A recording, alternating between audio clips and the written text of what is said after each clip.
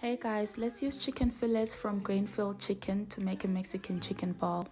You will need oil, paprika, cumin, salt, chicken spice, black pepper and cayenne pepper, and a bit of lime zest.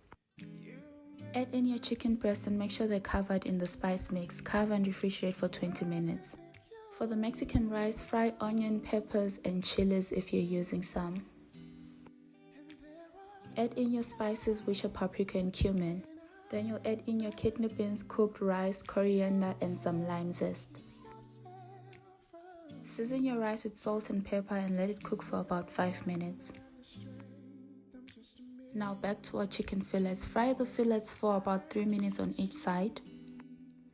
Pour in the chicken stock, cover and let it cook till the stock is reduced and the chicken is cooked through. Set the chicken aside to cool. Shred the chicken fillets to your satisfaction and add some lime zest. Mix well and there you have it. There is our pulled chicken. Now let's assemble our Mexican chicken ball. You'll need rocket and the Mexican rice. You need tomatoes, corn, and the pulled chicken. You will then add avo, cucumber, and a bit of onion sprinkle.